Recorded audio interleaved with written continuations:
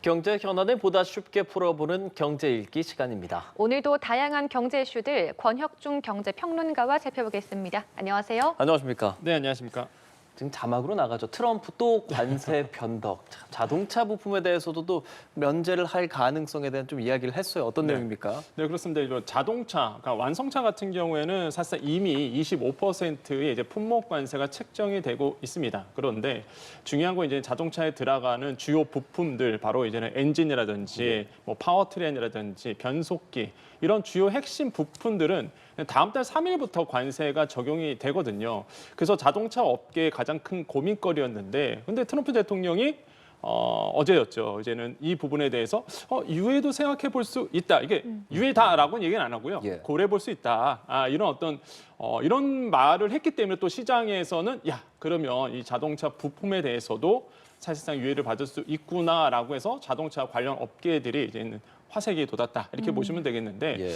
왜 그러냐면 사실상 미국 자동차 업계는요 캐나다와 멕시코를 통해서 자동차 부품을 많이 수입을 하고 있습니다. 특히 이제는 GM이라든지 스텔란티스 같은 나라 기업들 같은 경우에는 캐나다와 멕시코에서 부품 많이 들어와서 사실상 조립을 하거든요. 또한 완성차도 또 많이 들어오고요. 그런데 이 부품에 대한 관세가 유예 조치를 받는다라고 본다 그러면 당연히 자국 자동차 업계에는 굉장히 이로움이 있고요.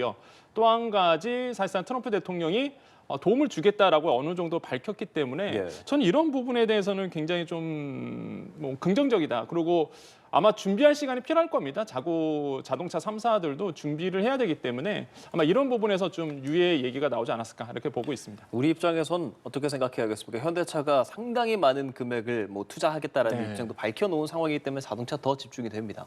그러니까 이게 어떻게 보셔야 되냐면 그럼 우리 자동차 기업에는 도움이 될까라고 본다 그러면 장단점이 있는 것 같아요. 일단 자동차 관련해서 이제 유예라는 얘기, 관세에 대해서 조금씩 풀어주고 있다는 느낌이 있기 때문에 이 자동차 관련 주들이 이제 크게 오를 수밖에 없고 특히 우리나라도 마찬가지죠.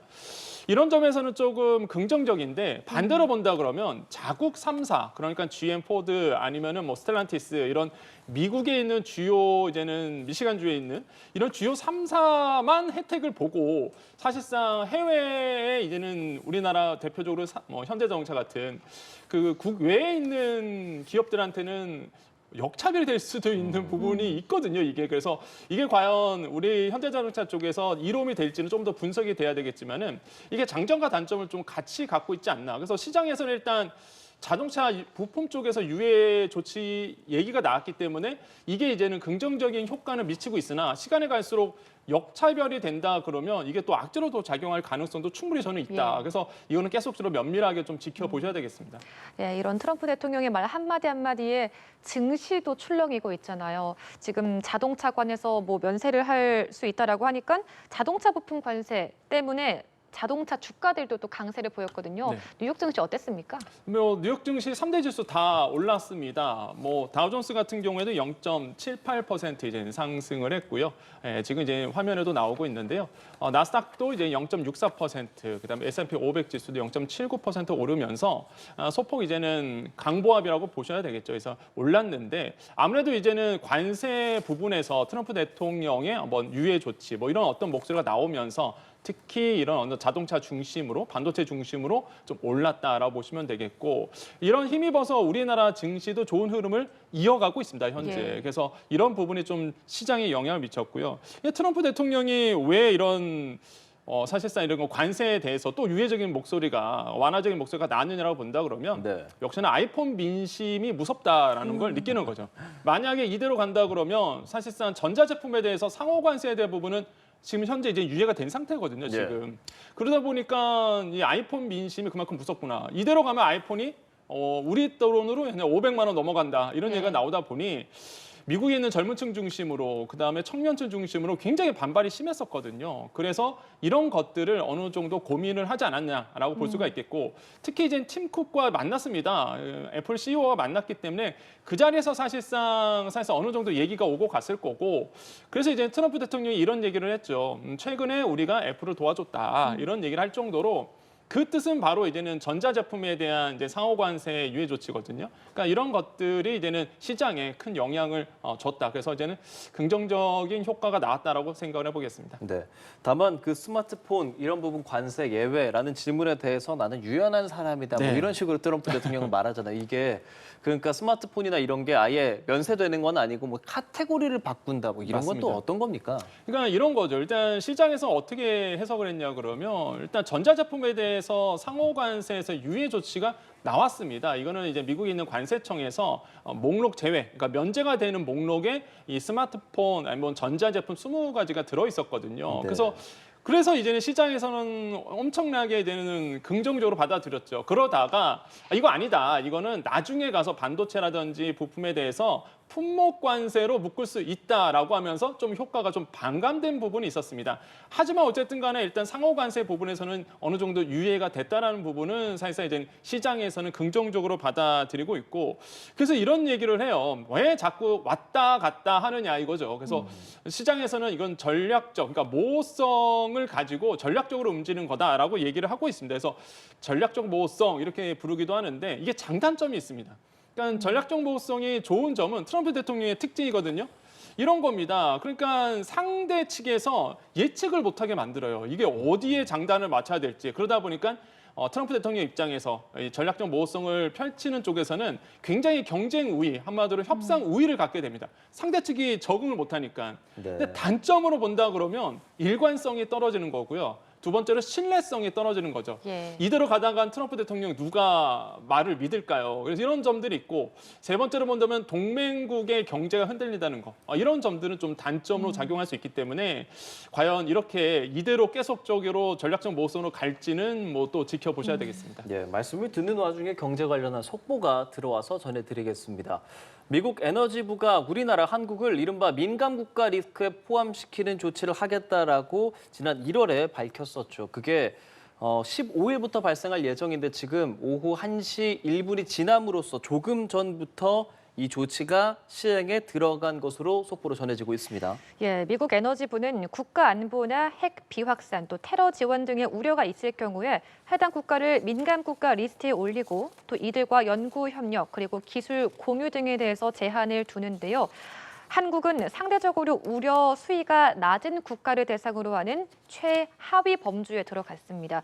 이에 따라서 동맹국인 한미 양국 간의 원자력이나 에너지 또 첨단 기술 등 과학 분야에서는 심도 있는 협력에 차질이 생길 수 있다는 우려가 나오고 있습니다. 네, 평론가님, 지금 저희가 속보로 나온 이 내용이요. 사실 네. 이게 알려졌을 때도 이거 민감 국가가 뭐야 네. 이런 얘기 되게 많았었고 우리 정부 차원에서도 가기도 갔었잖아요. 맞습니다. 그럼에도 불구하고 일단은 지금 조금 전부터 이제 발효가 되는 거란 말이죠. 이거 바로 조치가 되면 뭐 어떻게 되는 건가 궁금해하시는 분들 많을 것 같습니다. 일단 우리가 민간 국가로 지정이 됐습니다. 예. 물론 등급은 그레이드는 좀 낮은 단계로 이제는 들어갔지만 예. 그래도 일단 민간 국가로 이제 포함이 됐고요. 이게 민간 국가 리스트를 쭉 보시면 아시겠지만 정말 우리가 생각했을 때의 뭐 부정적인 나라들 뭐 북한이라든지 이런 네. 나라들과 같은 사실상 민간 국가로 책정이 됐다라는 거죠. 그럼 민간 국가로 책정이 되면 어떤 영향을 받느냐라고 본다 그러면 일단 미국과의 핵 협력에 대해서가 연구 측에서 이제는 조금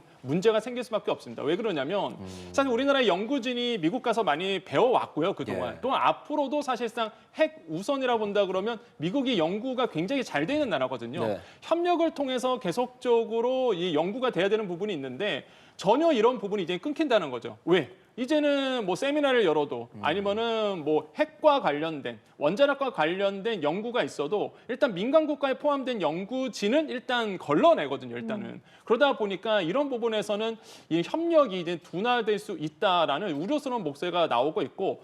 과거에 우리가 1970년대에 한번 이제 민간 국가로 된 적이 있었습니다. 그 당시에도 사실상 아시겠지만은 이제 미국과의 협력이 좀 끊겼던 부분이 있었거든요.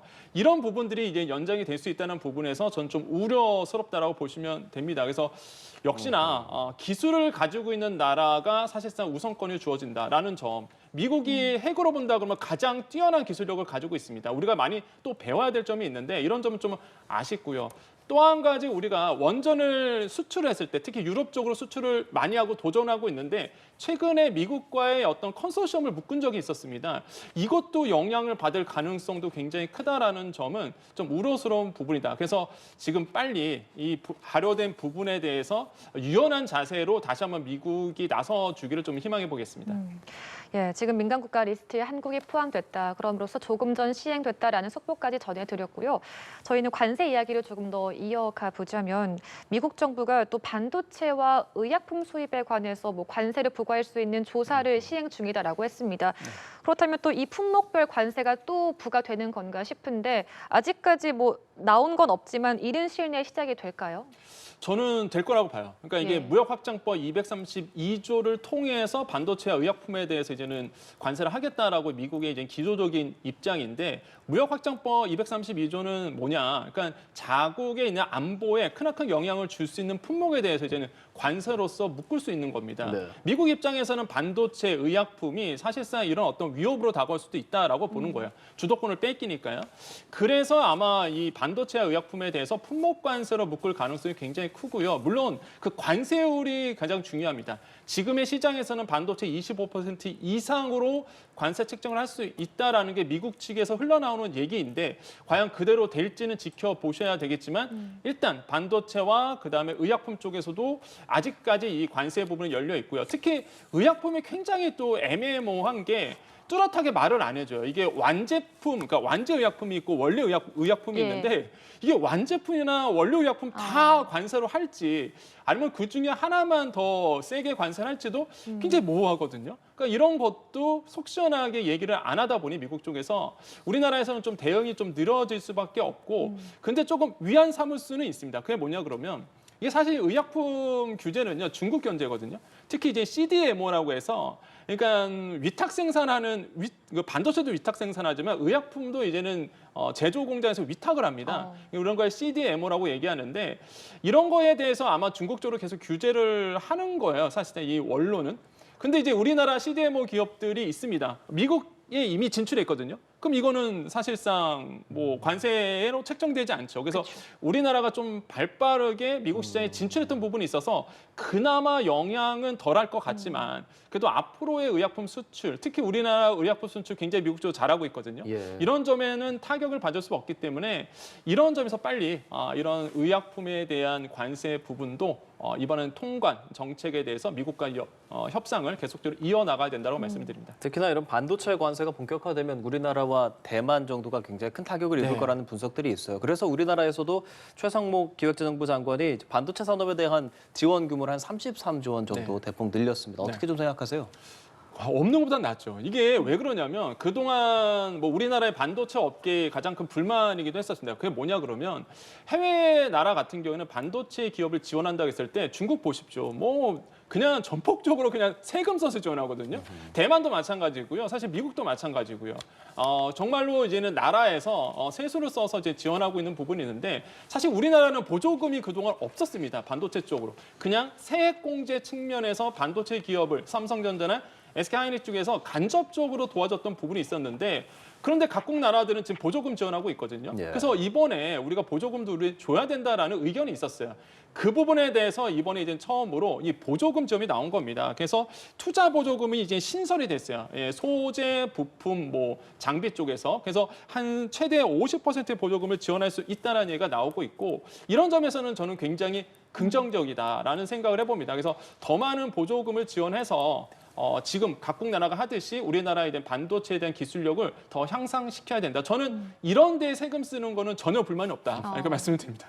알겠습니다. 이런 가운데 미 재무부 장관이 각 나라들과 협상을 시작하겠다라고 했어요. 네. 그리고 한국은 다음 주에 들어갈 것이다라고 했는데 그럼 이렇게 협상을 하게 될 때 우리나라는 어떤 카드를 던져야겠습니까? 일단 우리가 던질 카드도 있고 줄 것도 있고요. 이제 받을 것도 있는데 일단 우리가 줄 수 있는 카드는 그런 것 같아요. 이제 알래스카에 있는 LNG 가스전에 대한 투자 이 부분은 우리가 충분히 이제 미국 쪽으로 던질 수 있는 카드인 것 같습니다. 왜냐하면 너무 노골적으로 지금 요청을 하고 있고 예. 미국산 에너지에 대한 수입 증대를 우리는 이제 할 수 있는 여력은 있거든요. 그래서 미국산 에너지를 많이 수입하다든지 아니면 알래스카 가스 가스 전에 이제 현물을 써서 돈을 써서 좀 투자를 한다든지 이런 쪽은 우리가 이제 협상 카드로 내밀 수 있는 부분이라고 전 충분히 생각하고요. 그 우리가 이제 받아올 거, 지켜내야 될 거는 역시나 큰 틀에서의 한미 FTA를 건들지 않았으면 좋겠다. 그러니까 어쩔 수 없어요. 뭐 품목 관세 사실상 이제 생겨났고 상호 관세 있다 보니까 뭐 어떤 분들은 그러시죠. 이제 결국에는 사실상 이런 FTA가 깨진 거 아니냐라는 의견도 있는데 큰 틀에서는 유지를 시켜주는 게 좋다. 그래서 일부 품목에서만 이제 미국이 원하는 쪽으로 관세를 책정해주고 나머지 이제 관세 같은 경우는 한미 FTA 큰 틀에서 움직이는 것이 낫다. 이거 지켜줘야죠. 이거를 우리가 얻어내야 된다로 좀 볼 수가 있겠고 또 한 가지. 미국에서 너무 노골적으로 지금 미국산 쇠고기 30개월 이상 수입하라고 하고 있거든요. 예. 근데 이게 우리가 받아줄 수 없는 게 뭐 받아줄 수 있겠죠. 비과학적이라고 하면 우리가 할 수는 있겠지만 문제가 받아들임으로써 우리의 사회적, 정치적 혼란함이 더 극대화될 수 있기 때문에 사회적 비용이 너무 클 것 같아요. 그래서 저는 이것쯤은 좀 지켜줘야 되지 않을까 좀 생각을 하고 있습니다. 그 말씀하시는 내용들, 그러니까 결국엔 미국과 중국 이런 관세 전쟁에서 우리는 고래 싸움에 새우 등 터지지 않으려고 노력해야 되지 않습니까? 네. 근데 중국에서 히토류 이런 부분에 대해서 적극적으로 얘기하고 있으니까 점유율이 워낙 커서 우리 산업에 영향이 혹시나 있지 않을까? 그 부분은 어떻게 좀 봐야겠어요? 히토류가 된 뜻은 희귀한 흙이다. 거기에 나오는 광물 자원이 미래 첨단 산업에 쓰이기 때문에 귀한 거거든요. 근데 그거 아십니까? 우리나라도 히토류가 나옵니다. 네, 히토류 잘 나와요. 뽑아내면 뽑아냅니다. 근데 왜 안 뽑아내느냐?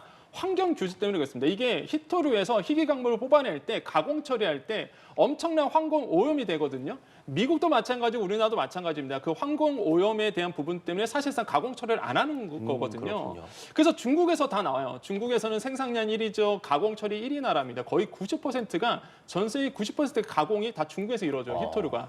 그 정도로 사실 중국 쪽이 히토류를 의지하고 있는데 히토류를 예를 들어서 지금 7개 품목이지만 어쨌든 간에 히토류에 대해서 중국이 수출을 원료에 대해서도 아예 수출을 규제한다?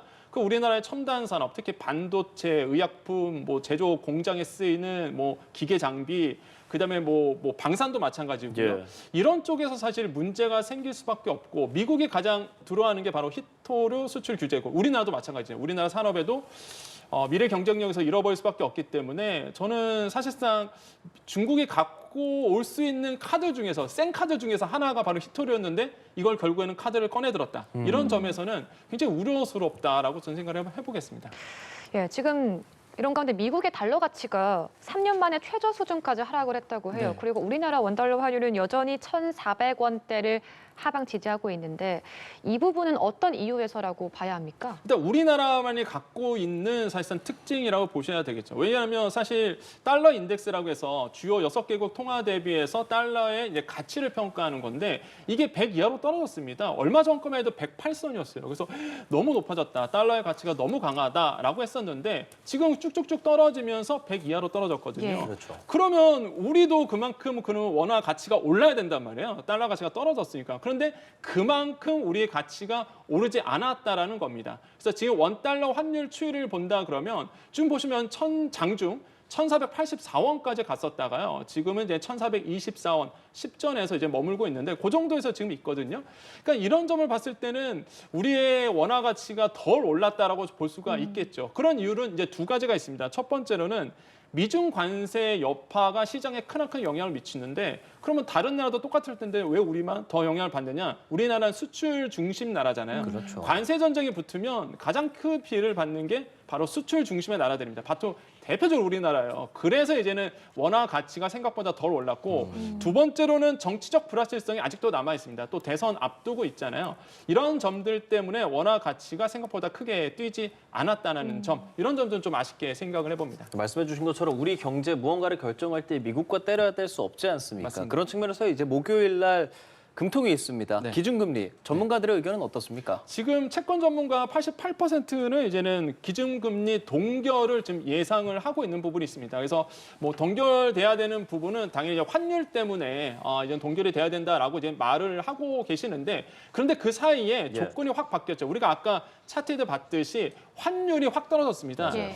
제가 봤을 때는 아마 생각이 지금쯤 다 달라졌을 것 같아요. 물론 금리 격차가 1.75%포인트 정도 벌어져 있다 보니까 더 벌어지면 안 돼. 이래서 이제는 사실상 동결로 가야 돼라는 분이 계시지만 지금의 환율 추이를 본다 그러면 갑자기 단기간에 많이 빠졌기 때문에 이런 점에서 봤을 때는 경기 살리는 게 이제는 또 우선이 될 수 있다라는 생각이 듭니다. 그래서 아마 다시 조사를 한번 해본다 그러면 아마 동결보다는 인하에 대한 또 포인트를 갖고 있는 분들도 더 많아졌으라고 봐요. 왜? 인하돼야 되는 조건들이 있습니다. 인하돼야 될 이유가 있죠. 첫 번째, 우리나라의 경기 하방 압력이 지금 너무 심해지다 보니까 지금 빨리 이제는 금리 인하해서 경기를 살려야 된다는 부분. 두 번째로는 추경인데 이 추경이 어떻게 될지 몰라요. 추경이 잘 돼서 경기 살리면 모르겠는데 이게 또 정치적 입김 때문에 또 추경이 딜레이 될 수 있는 부분도 있습니다. 그러면 통화 정책이 나서줘야 되거든요.